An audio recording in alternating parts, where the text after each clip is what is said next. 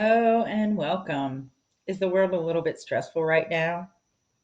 I think so. I think we could all agree that things are a little bit crazy, and yet we can't control what's out there, but we can do something about what's here, what's in here. Today, I am going to share with you some tips that are super easy to apply. This will help you complete the stress response. And essentially, what that means is get rid of the stress. And it's backed by science. They're super easy to do. You probably already do some of these. But if I give you the information and these tools, you can consciously, intentionally use them. And hopefully, it can make this time period a little bit better for you, for me, for all of us. All right. So if this is your first time watching my videos, my name is Rachel Stravelli. I would love if you would give this a thumbs up. If you're watching this on YouTube, subscribe below. There's a red button. And I am just so excited to see you. I'm Rachel Stravelli. I help people connect to the wisdom within and the wisdom of the natural world. And we're going to need all that wisdom to get through this wacky time that we're in right now. Okay, so what is the stress response? Now, I want you to think about a stressful situation, or maybe you don't even have to think of it. Maybe you're like, I'm already stressed. Why do you think I'm watching this? When we are stressed, our bodies react. Stress hormones get released. Depending on how stressful it is, you might have adrenaline get released into your body. So then you're feeling this fight or flight syndrome. However, if this stressful situation is something that either you can't run away from or you can't fight because it's too big, you would get fired if you fought it, or it's going to cause problems in your marriage or your relationships or with your coworkers or with your family. Sometimes we can't fight and we can't flight. We can't run away. And so what happens? Well, for some people, they just repress it, have the calm, reasonable, socially acceptable response, and then try and go about their day.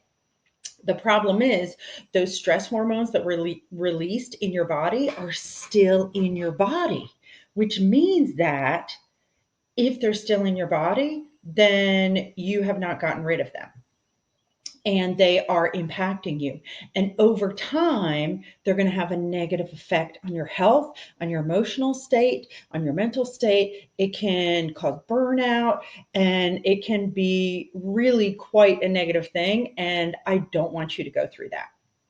So, today I'm going to share with you several methods you can use to complete the stress response.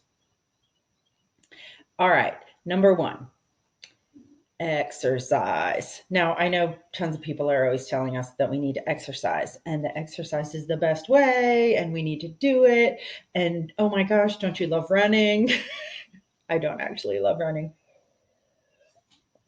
But here's the thing. Any type of physical activity that you can do for 20 minutes counts. It doesn't have to be running. It could be yoga. It could be some belly dancing, Taebo, boxing thing. There's always some new trend of like some physical fitness video activity streaming thing that you can do.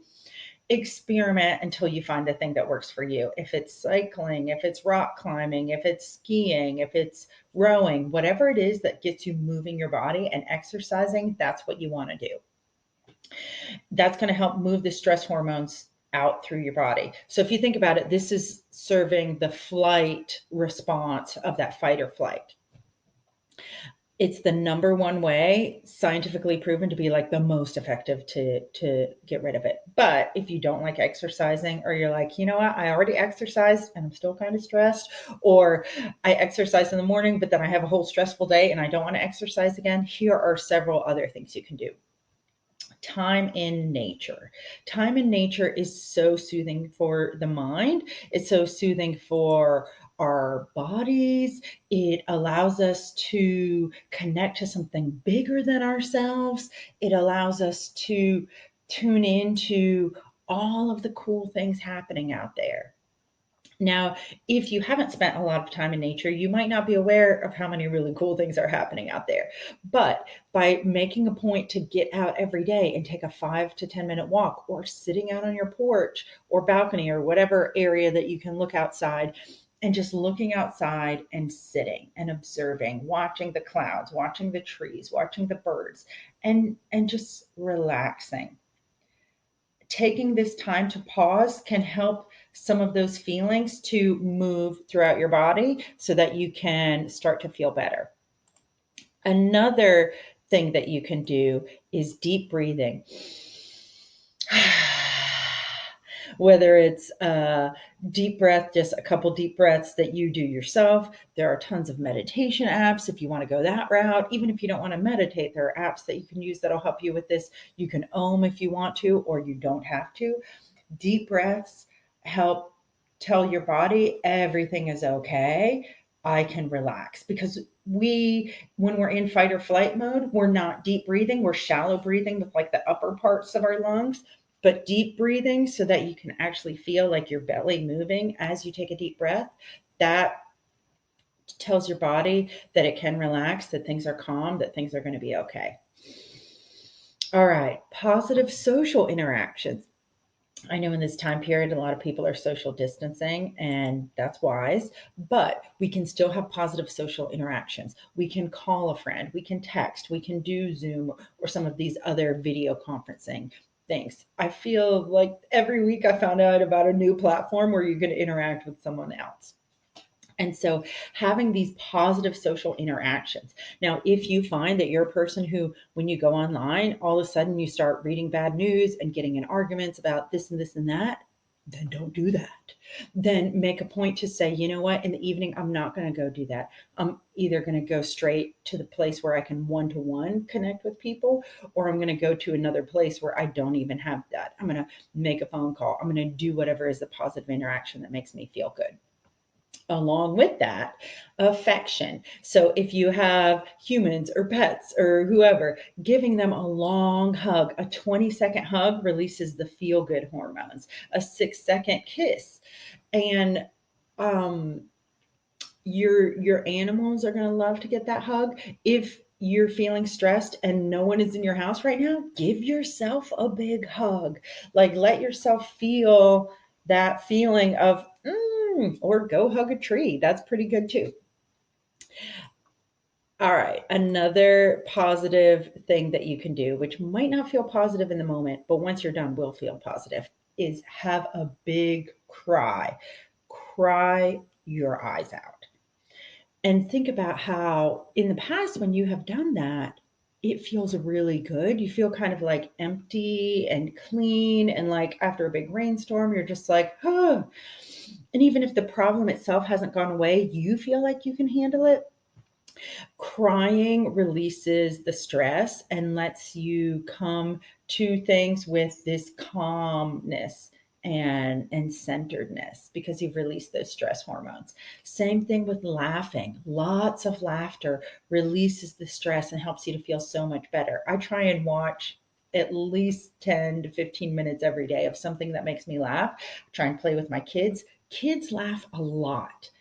I think the studies say something like 3 times more than adults. And they're not very stressed. Now, okay, they don't have stressful lives, but they laugh a lot. And so maybe there's a connection there. Primal scream. Now, if you're going to do this one and you live with other people or you have close neighbors, it's best to advise them first that this is what's going to happen. Or you may just want to get in a place, like get in your car and drive away, or go where other people aren't going to hear you. But I have found screaming at the top of my lungs is very restorative to my mental health. But as I said, I like to warn people, because if I do it when the other people are there, I have just created a stressful situation for them that they need to do something to complete their stress response. So having a big scream just lets it all out. And then you're like, okay, I feel good. I can relax now. I can take this thing on, whatever it is. Creative expression, whether that is getting out your pens and your pencils and your paints and drawing or coloring, whether that's getting out a guitar or a piano, maybe it's cooking, maybe it's sewing. For me, gardening is one of the things. I also like to dabble in other crafts. Maybe it's writing a story, maybe it's making funny videos. Whatever your creative expression is, I want you to go ahead and make an effort to do more of that. And if you're going through a very stressful time, like we are right now, then what I recommend is choose more than one of these that you're going to do every day. Because quite frankly, when things are very high stress, it's quite often the case that we stay in this stressed out mode and we don't get to relax, or you hear another piece of news, or you have an interaction with somebody and then your stress levels get high again.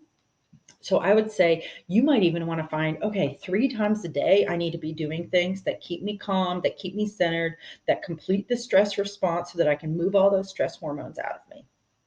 All right. I hope that this was helpful. Comment below and let me know which stress response you think you're going to try out first. All right. And as I said before, give this a thumbs up if it was helpful, and I would love to connect with you. So subscribe and like this video. Bye.